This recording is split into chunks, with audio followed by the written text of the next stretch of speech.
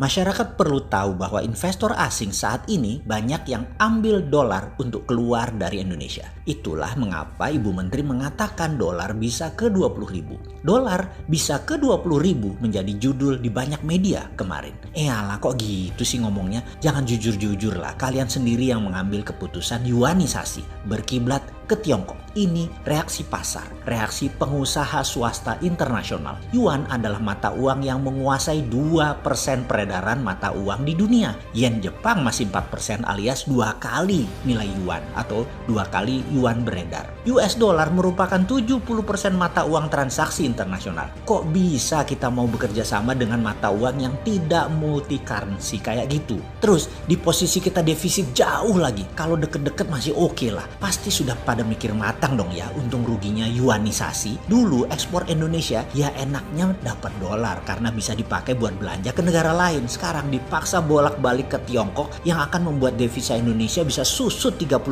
loh. Jadi Indonesia kayak jadi provinsinya Tiongkok. Dipaksa muter-muter di dalam negeri dalam tanda petik atau menjadi bagian dari konsumsi domestik yuan. Asli, saya masih bertanya, kok takluk sih kalian sama yuan? Kemudian pasar internasional bereaksi. Sekarang pada ambil-ambilin dolar dibawa balik ke induknya, keluar dari Indonesia. Nanti begitu perlu dolar di Indonesia, ya terang aja dolar langka, bisa jadi 20.000 deh. Itulah alasan mengapa rupiah bisa 20.000. Tapi kok mau sih kemarin kerjasama dengan yuan rupiah tadi? Ada yang neken ya kalian? Ada yang maksa? Kok bisa kalah? Atau gak nyampe ilmunya? Atau juga mungkin pejabat di pemerintahan mereka hanya concern atau memandang dari jangka pendek saja. Ada CAD atau current account deficit. Lalu bagaimana dengan cepat mengatasinya? Dan yang paling cepat adalah masukkan devisa dari Tiongkok dalam yuan. Karena mungkin tidak mengerti geopolitik, jadi tidak sadar kalau dalam yuan akan berakibat negatif karena konversi yuan ke dolar tidak selancar seperti sebelum perang dagang.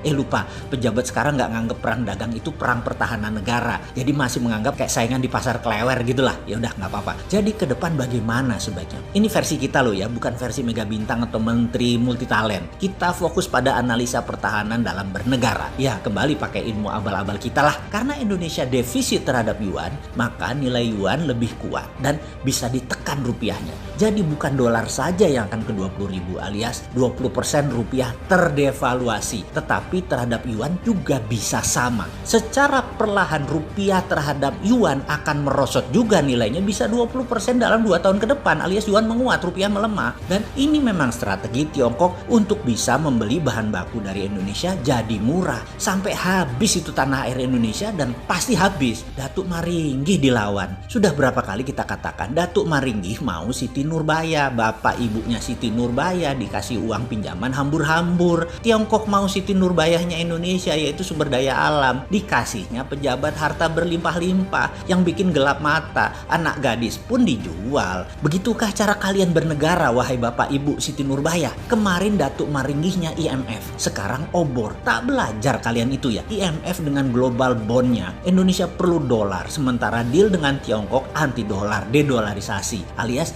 nggak punya dolar.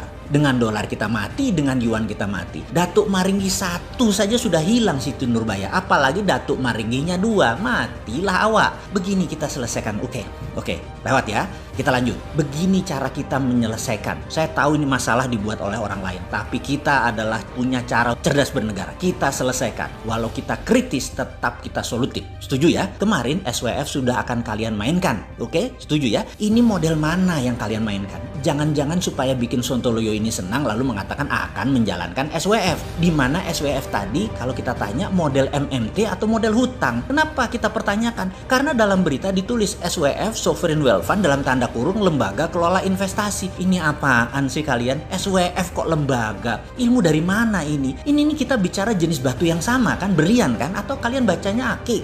Ya beda kalau ngomongnya ake. Asli deh, kayaknya ini bukan berlian yang kita omongin. SWF itu instrumen, ngerti instrumen? Duh, saya senewan nih kalau bernegara mesti ngajarin lewat sosial media. Karena akses ditutup untuk bosman ke RI1. Asli ditutup. Data ke RI1, pastinya bosman itu makhluk hina, anak yatim, miskin ilmu, cari jabatan, cari pansos doang. Cuk, siapapun yang mengatakan ngomong begitu ke RI1 tentang bosman, gak kayak gitu deh. Tapi ada benernya, emang anak yatim, emang gak ada ilmu. Tapi nyari jabatan, enggak lah. Lu aja tuh waktu ambil jabatannya. Jadi, kalau SWF dijalankan secara MMT ilmu aslinya, maka yang menjalankan adalah BUMNK, Badan Usaha Milik Negara Khusus, tepatnya SKK, Satuan Kerja Khusus seperti SKK Migas. Namanya SKK Minerba di bawah Kementerian Keuangan dan Kementerian SDM. Buat makhluk baru, sifatnya ad hoc, 10 tahun saja masa kerjanya atau selama instrumen berlaku. Mulai paham instrumen, SWF instrumen keuangan. Lalu, nah ini pasti nggak mungkin, asli nggak mungkin, karena akan ditentang oligarki, akan ditentang free rider,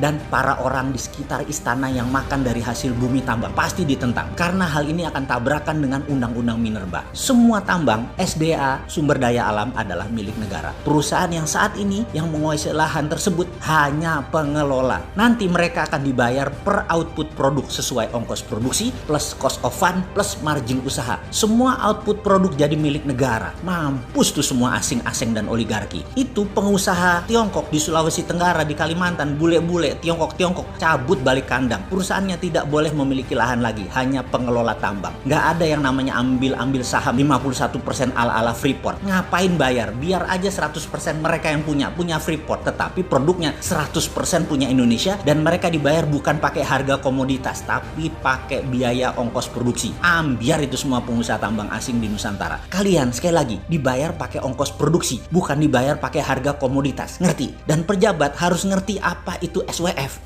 Kayaknya beda SWF yang dipakai sekarang ya. Ya maaf, salah marah, salah ngajarin. Lanjut deh lu.